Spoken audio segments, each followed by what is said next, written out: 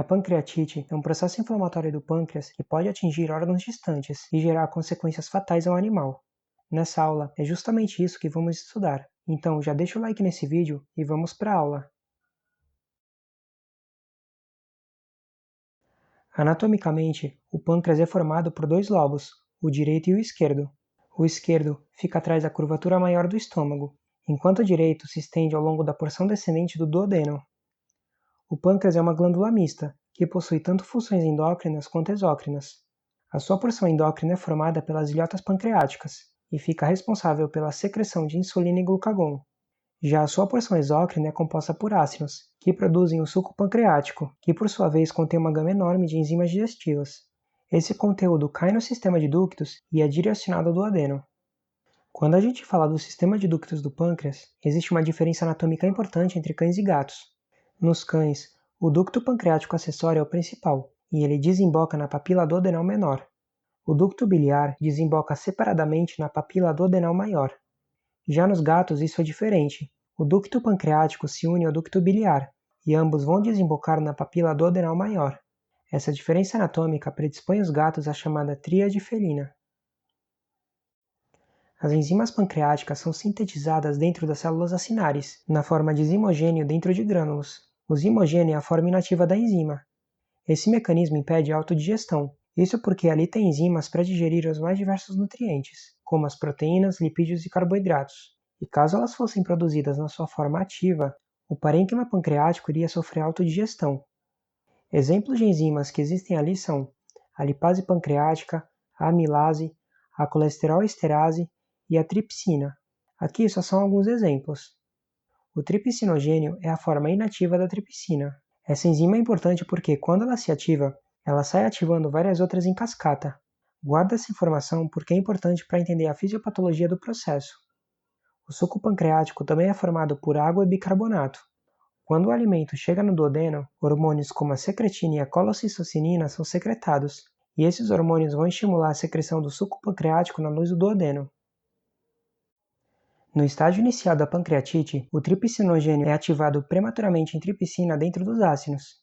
O que inicia a ativação do tripsinogênio em tripsina é a fusão dos grânulos de zimogênio com os lisossomos.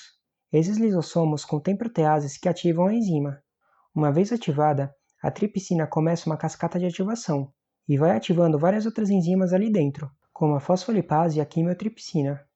Essas enzimas começam a extravasar e digerir o parênquima pancreático e o tecido adiposo ao redor do pâncreas, então isso vai causando inflamação e necrose, tanto do pâncreas quanto da gordura ao redor.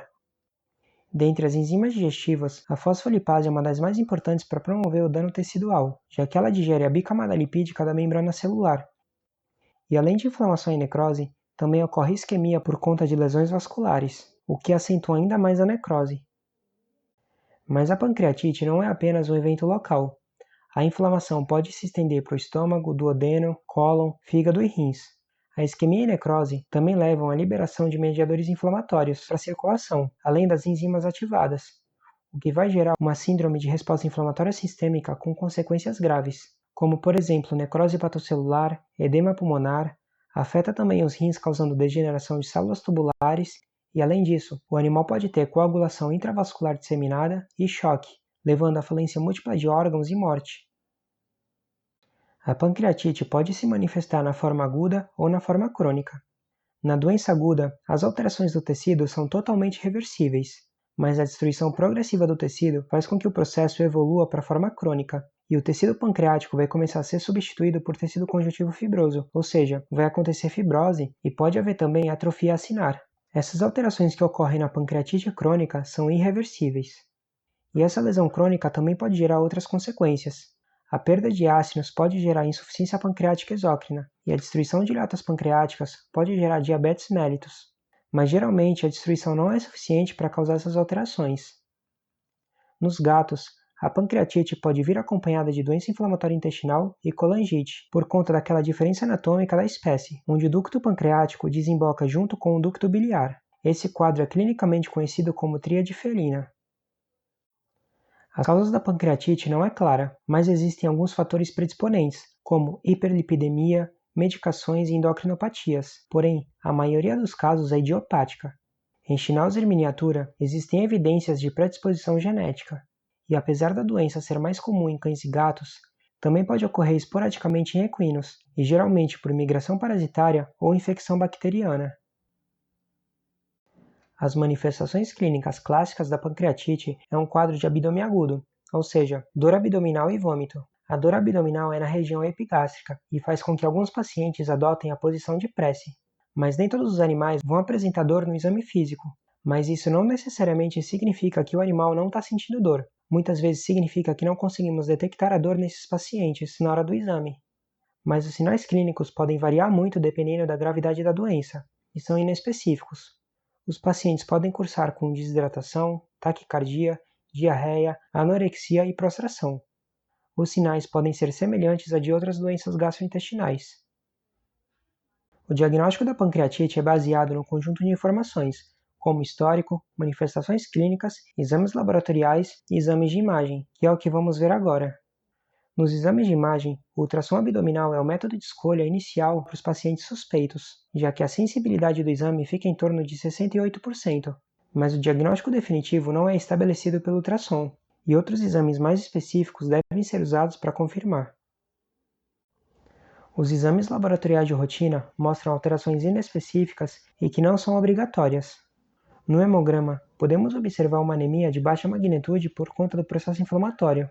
Mas no quadro agudo, se o animal estiver desidratado, pode haver eritrocitose ao invés de anemia. No leucograma, geralmente o animal vai ter leucocitose por neutrofilia com desvio à esquerda. E no trombograma, vamos observar uma trombocitopenia discreta.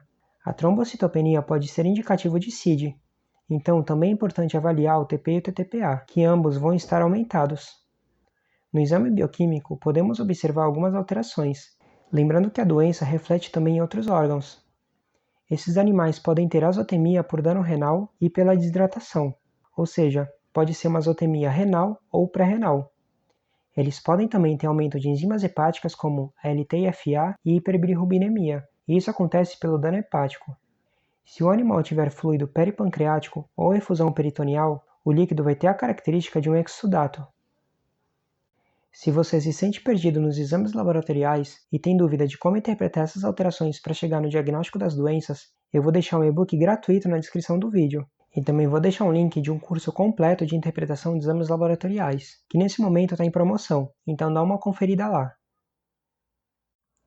Existem testes como a amilase e lipase que antigamente eram usados para o diagnóstico, mas são testes com baixa sensibilidade e especificidade, e não são bons para o diagnóstico de pancreatite, principalmente em gatos, porque essas enzimas também estão presentes em outros órgãos. Um método mais específico foi desenvolvido para o diagnóstico de pancreatite, que é a lipase pancreática específica. Esse teste avalia a lipase produzida especificamente pelo tecido pancreático. A sensibilidade desse teste chega a 93% e a especificidade até 83%. Então esse teste se torna mais específico para o diagnóstico de pancreatite. Esse vídeo foi um resumo sobre a pancreatite em cães e gatos. Essa aula vai ficar por aqui. Até a próxima. Valeu!